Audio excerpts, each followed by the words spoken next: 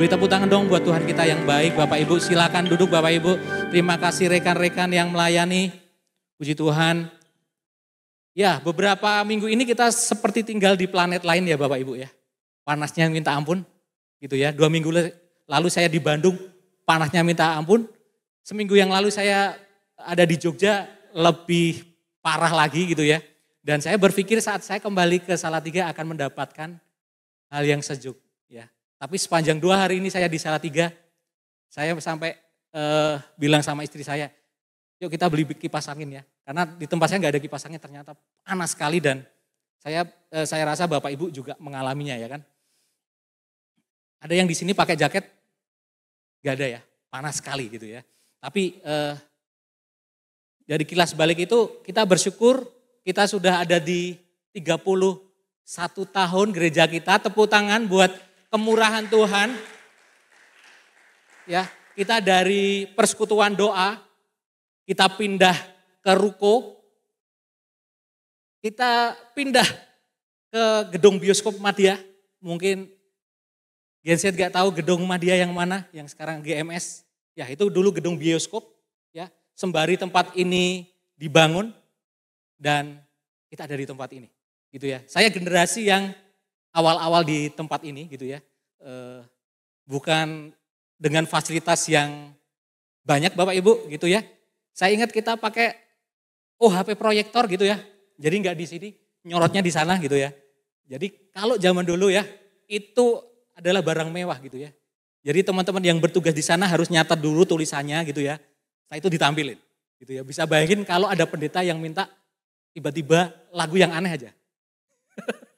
Ya, tapi kita bersyukur 31 tahun dan saya bersyukur gitu ya. Saya menjadi bagian yang luar biasa dan sore ini sebuah privilege untuk saya menyampaikan firman Tuhan gitu ya. Dan tema kita DNA di bulan ini dan di minggu ini kita berbicara mengenai semua ambil bagian gitu ya. Nah, ada sebuah pertanyaan buat kita. Start with why. Mengapa Bapak Ibu ada di tempat ini? Renungkanlah, mengapa Bapak Ibu ada di tempat ini? Mengapa Bapak Ibu bergereja di tempat ini? Apakah sudah menemukan jawabannya? Jawab di dalam hati Bapak Ibu. Mengapa saya ada di tempat ini? Mengapa saya sudah bolak-balik ke tempat lain, tiba-tiba saya kembali ke sini? Start with why. Tanyakan kepada diri Anda Bapak Ibu, mengapa saya ada di tempat ini? Apakah sebuah kebetulan? Saya berpikir tidak. Apakah random? Enggak. Ya gara-gara teman saya ada di tempat ini. Apakah itu kebetulan? Saya rasa Tuhan memakai sebuah kebetulan untuk memaksa Bapak Ibu berkomunitas. Katakan amin. Pertanyaan kedua, mengapa kita melayani? Mengapa sih? Ya, setelah ada di sebuah gereja, mengapa sih kita melayani? Biasanya ada beberapa pertanyaan yang terlintas dalam pikiran kita. Yang pertama adalah kira-kira kalau kita melayani Bapak Ibu, gereja hanya mau memanfaatkan, memanipulasi tenaga kita dengan gratis? Benarkah seperti itu? Jangan-jangan aku cuma dimanfaatkan nih. Ngapain gitu ya? Jangan-jangan saya hanya diperas, dimanfaatkan ya, agar gereja ini punya orang yang mengerjakan ini, mengerjakan itu, dan lain sebagainya. Biasanya kenapa sih kita disuruh melayani? Ngapain? Nah kan kita duduk, ujian selesai 1,5 jam ibadah. Dah, kita kembali ke rutinitas kita. Kita kembali ke tempat kita masing-masing. Sudah selesai. Atau kalau, ini ya, kalau kita tidak ambil bagian, emangnya kita tidak masuk surga. Oh, sama-sama kan kita masuk surga. Ngapain saya ambil bagian? Hidup saya lebih enak di rumah aja. Setelah selesai, saya lihat Netflix. Ya. Saya lihat film, drama yang lagi booming. Enakan saya dengan hobi saya. Tapi di sini dikatakan di Ibrani 10, Bapak Ibu, ayat 24 ngomong gini. Dan marilah kita saling apa? Memperhatikan. Supaya kita saling apa? Mendorong dalam kasih dan dalam pekerjaan baik. Bapak Ibu, ada dua hal yang bisa mengubah manusia. Yang pertama adalah namanya manipulasi. Yang kedua adalah inspirasi. Ya, itu dua hal yang bisa mengubah seseorang, memanipulasi dan menginspirasi. Pekerjaan si setan, pekerjaan si iblis adalah mempertanyakan tiga hal ini. Kepada otak kita, kepada diri kita. Ngapain kamu pelayanan? Enggak usah pelayanan. Dibenturin dengan logika kita. Kerjanya apa? Memanipulasi. Agar kita berpikir, enggak apa-apa kok.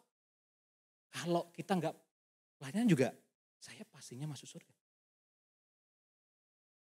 Tapi di dalam gereja, kita diajarkan tentang apa? Menginspirasi Bapak Ibu. Kita saling menginspirasi satu dengan yang lain. Agar apa? Nanti kita akan lihat. Nah, selanjutnya adalah Patrick Lencioni ngomong gini. Organisasi menang bila semua bergerak ke arah yang sama. Gereja menang bila semua bergerak ke arah yang sama. Bisa dibayangkan kalau sebuah gereja Bapak Ibu tidak ada ayat seperti Ibrani 10 ayat 24. Marilah kita saling memperhatikan supaya kita apa? Saling mendorong kemana? Dalam kasih dan pekerjaan baik. Saya rasa sebuah organisasi atau gereja tidak akan melahirkan hal yang baik. Apabila semua orang tidak bergerak ke arah yang sama. Bahkan Bapak Ibu, kalau kita semuanya di 31 tahun ini tidak bergerak ke arah yang sama, Bapak Ibu ke sana sendirian. Pasti kita tidak akan nyambung. Biasanya model gini adalah kita akan mengkritik.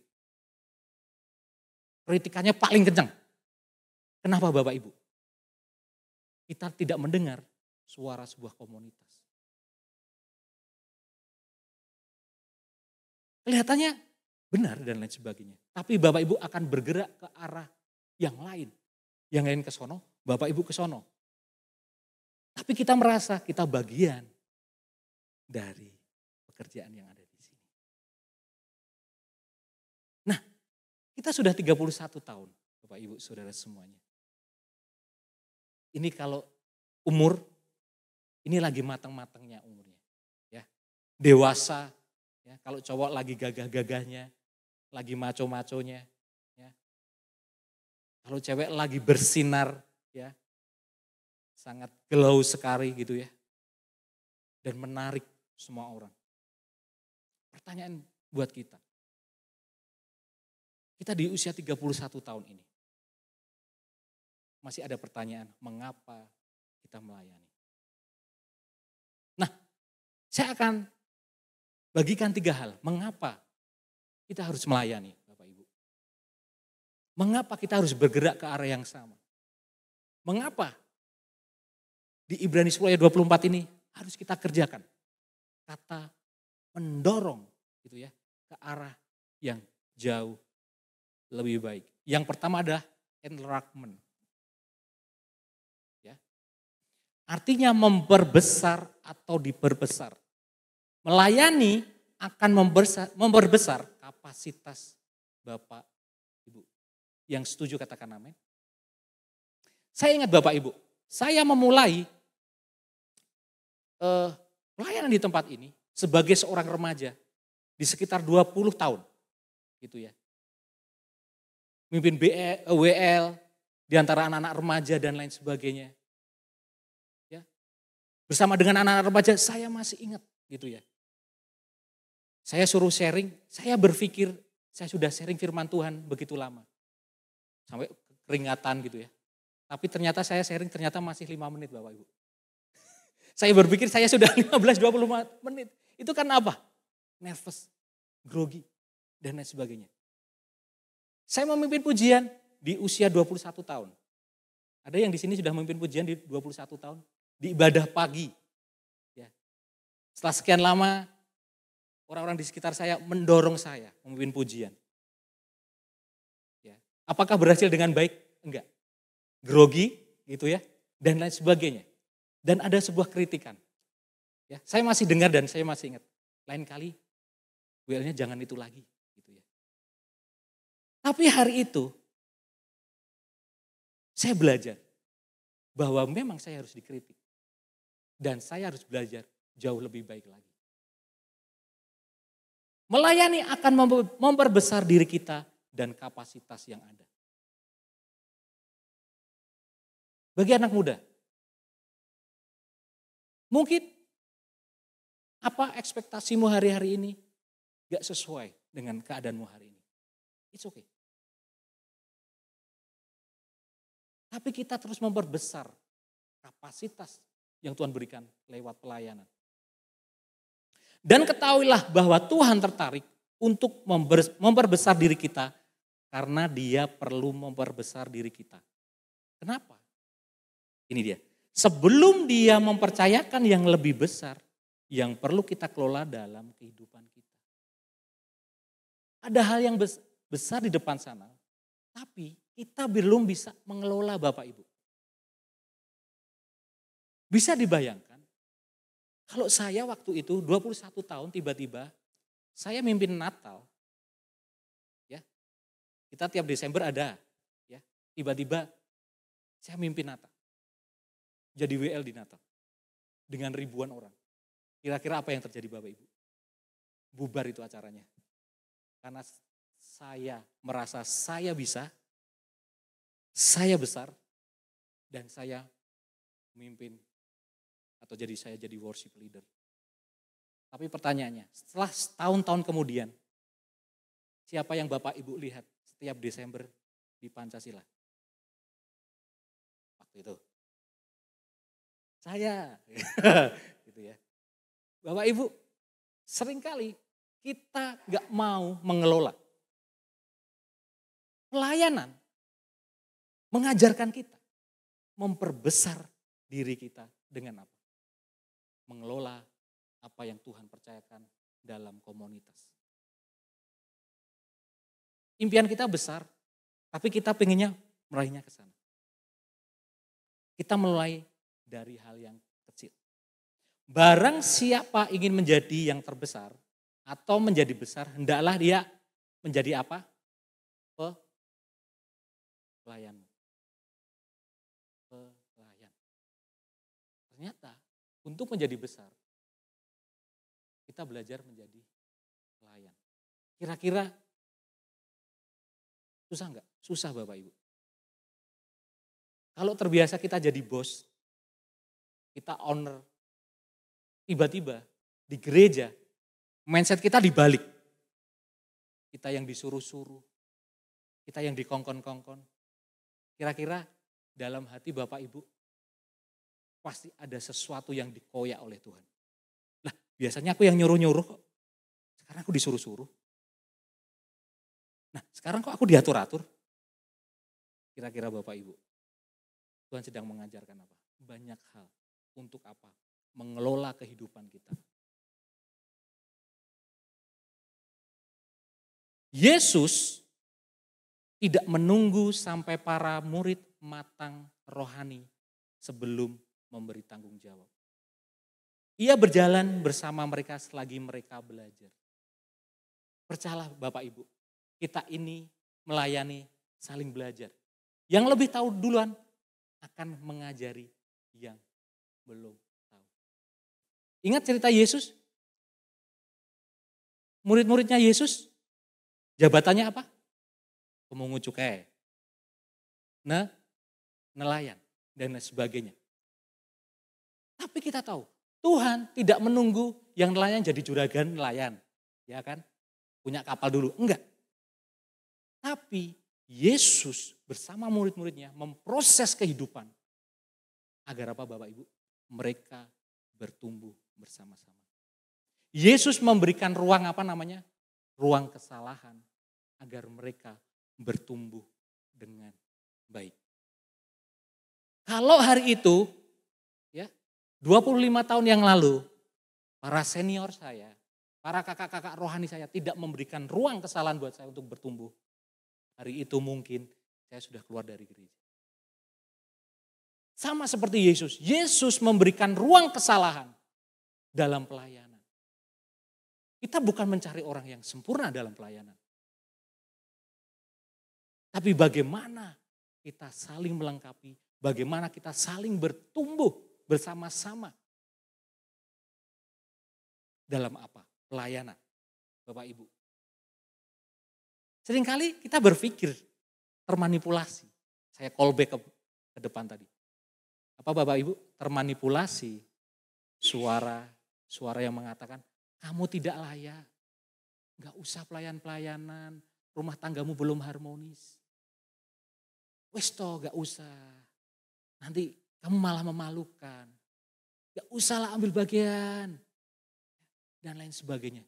Bapak Ibu, ini berbicara bagaimana di dalam perjalanan murid-murid, Yesus mendampingi mereka. Sampai mereka apa? Matang dan mereka bisa merilis kehidupannya. Artinya Bapak Ibu, di dalam pelayanan ada Yesus yang akan menolong kita, yang siap mendampingi kita dalam keterbatasan kita Bapak Ibu. Lewat mentor-mentor kita, lewat orang-orang yang jauh lebih expert untuk menolong kita. Agar apa? Agar kita matang. Amin Bapak Ibu.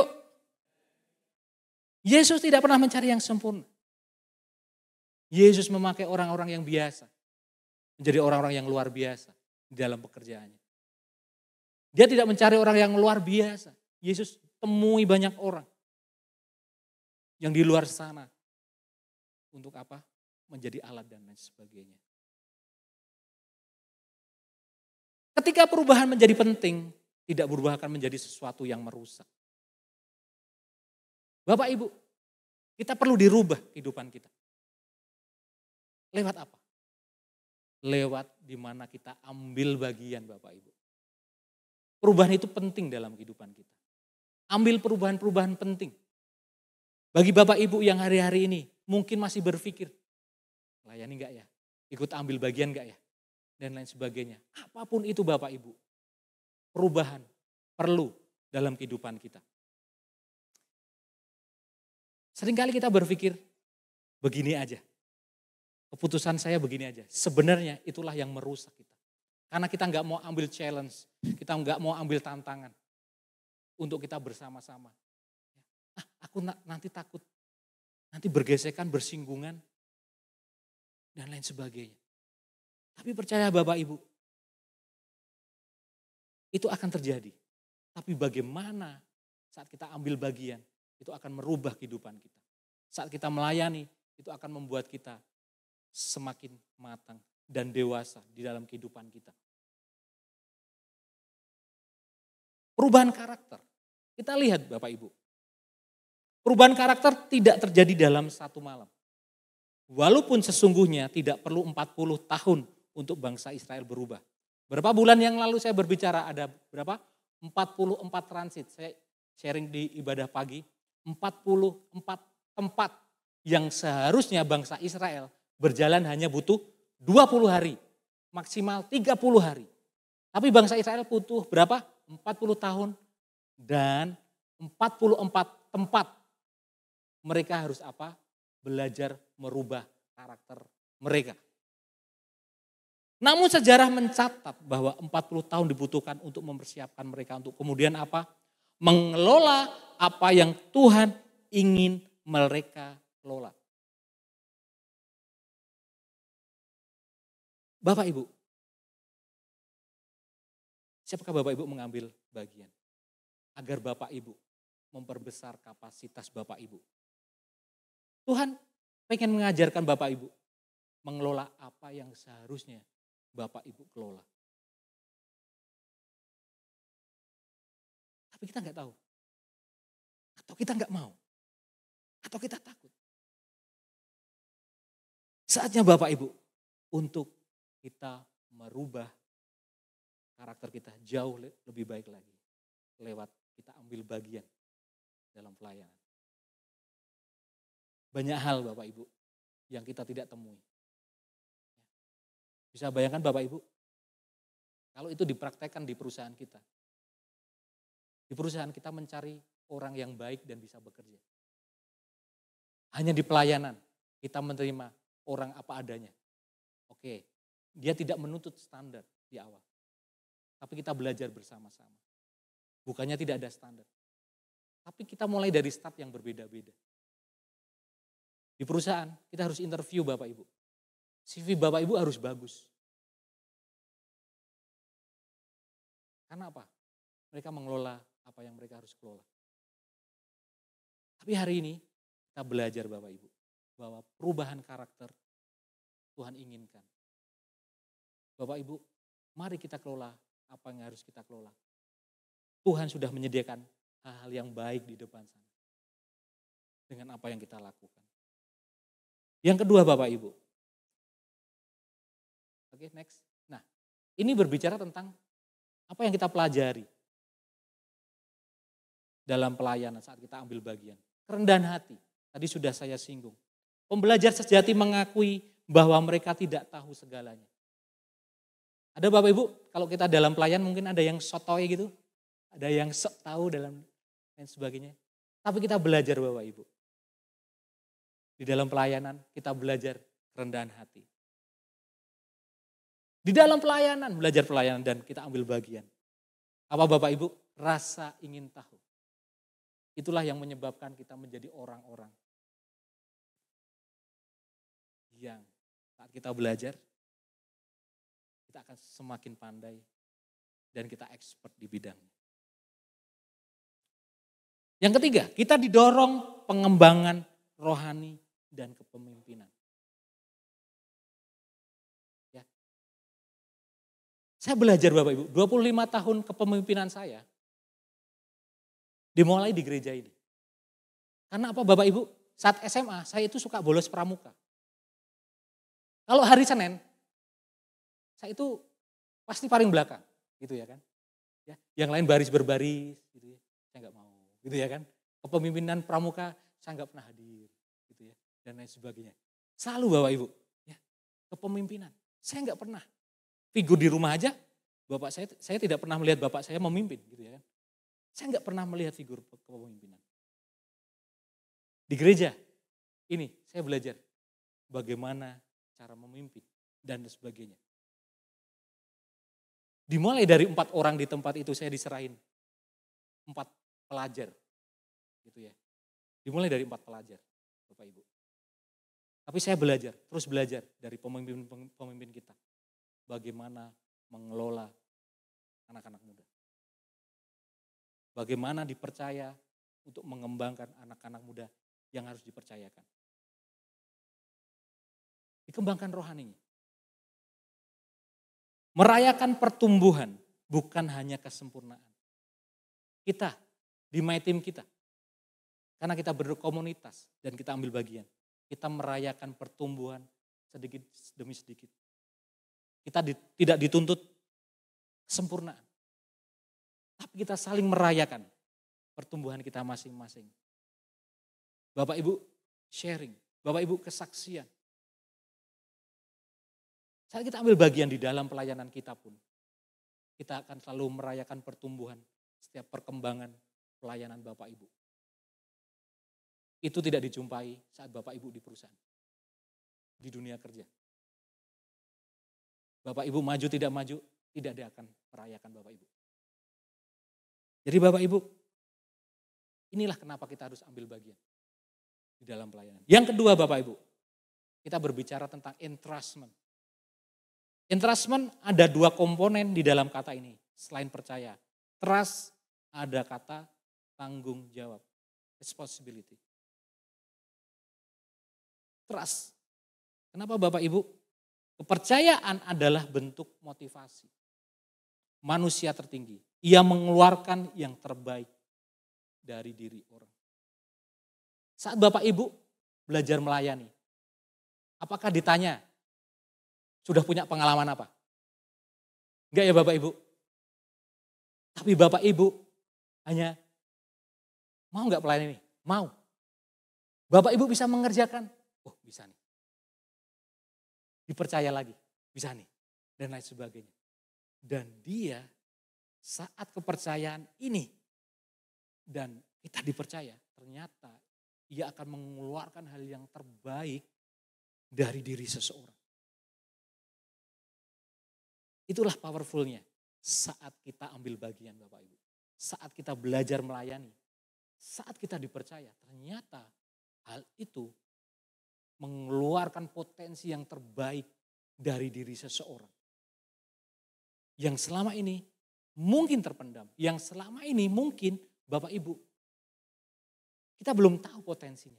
Ternyata Bapak Ibu, potensi itu keluar sedemikian rupa.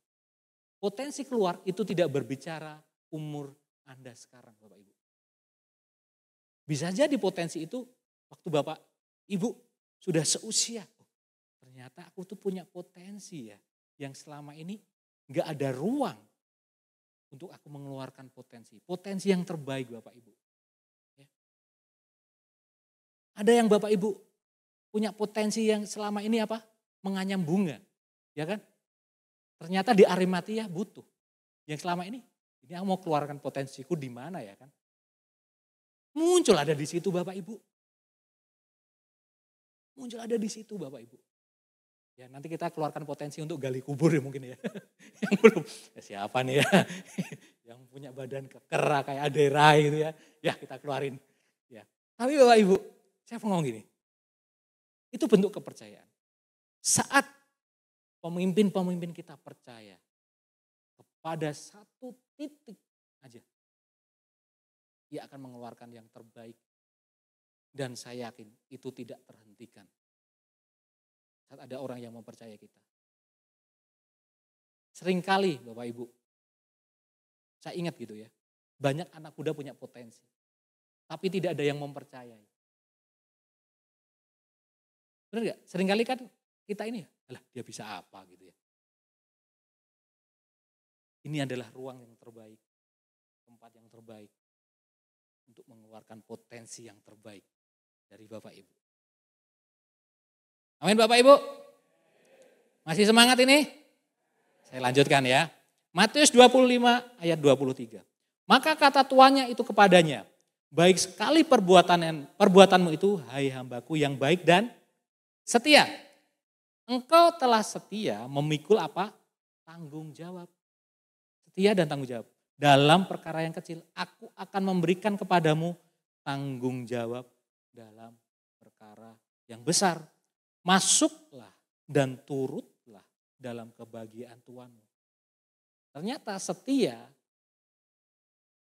itu berbenang lurus dengan apa? Tanggung jawab dalam perkara yang besar. Seberapa banyak dia setia, dia akan mendapatkan tanggung jawab yang besar. Tapi ada sebuah bonus. Masuklah dan turutlah dalam kebahagiaan Tuhan. Kesetiaan selalu berbanding lurus dengan sebuah tanggung jawab. Jadi Tuhan ingin kita setia dalam apa yang kita kerjakan.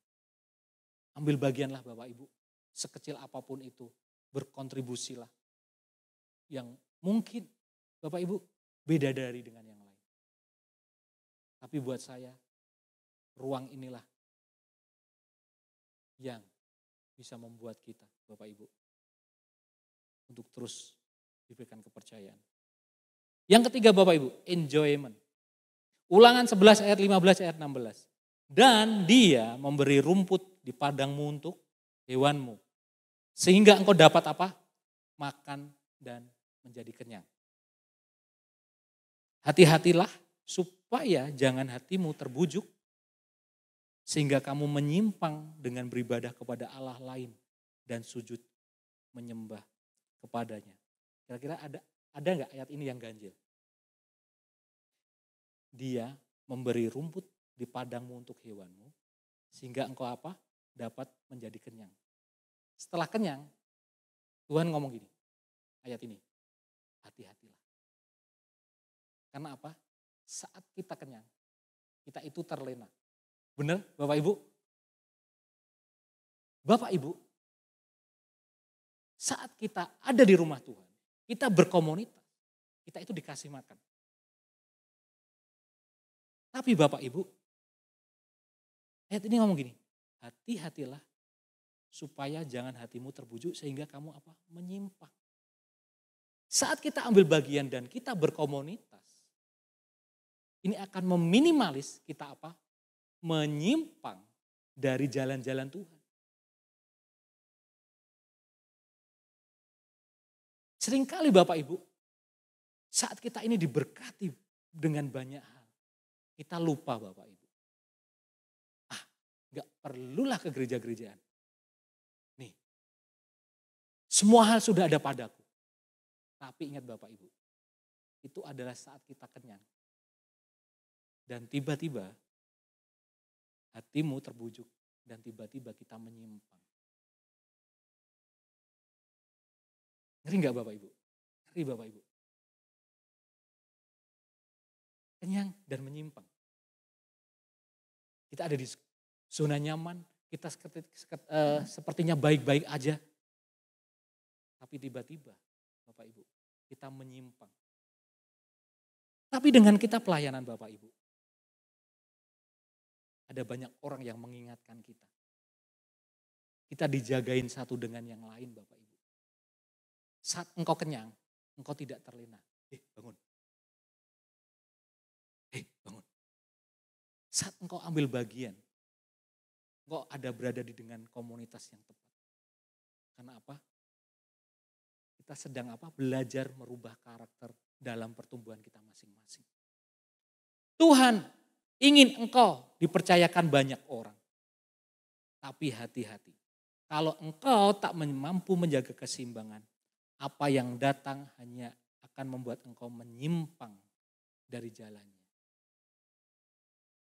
Tuhan ingin engkau dipercayakan banyak hal. Seringkali atau kita sudah dipercayakan banyak hal di luar sana. Tapi kita tidak punya komunitas ataupun yang dikerjakan. Kita ambil bagian dan lain sebagainya. Akhirnya Bapak Ibu kita terlena. Kita menyimpang dari jalan Tuhan. Karena apa? Kita tidak mampu menjaga keseimbangan dalam kehidupan kita. Yang terakhir dari saya. Pemusik boleh maju ke depan. Melayani atau ambil bagian akan menjaga keseimbangan saudara. Sehingga sampai seberapa besar pun berkat yang Tuhan percayakan datang pada saudara. Datang padamu, saudara tak hanya mementingkan diri sendiri dan sibuk makan sampai kenyang lalu menyimpang.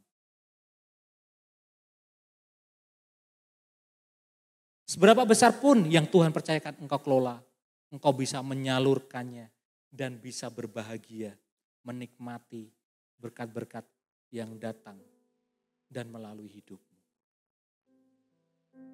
Jadi ternyata saat kita melayani,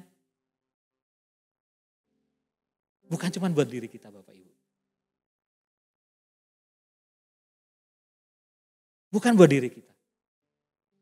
Tapi di mana kita bisa menyalurkannya dan menikmati berkat-berkat yang datang melalui hidup kita.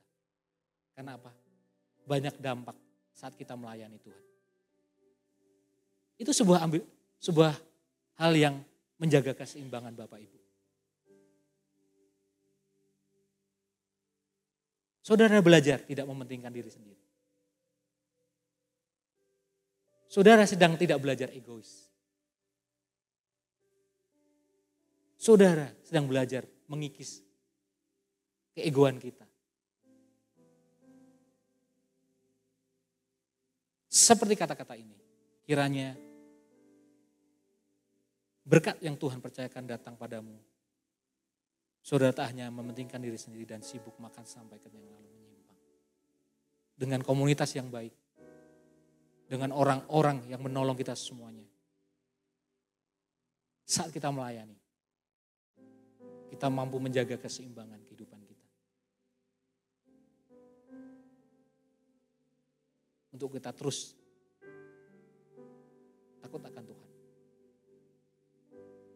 Enlightenment, trustment, dan enjoy. Menikmati berkat-berkat Tuhan yang Tuhan sediakan dalam kehidupan kita. Saya undang Bapak Ibu untuk bangkit berdiri.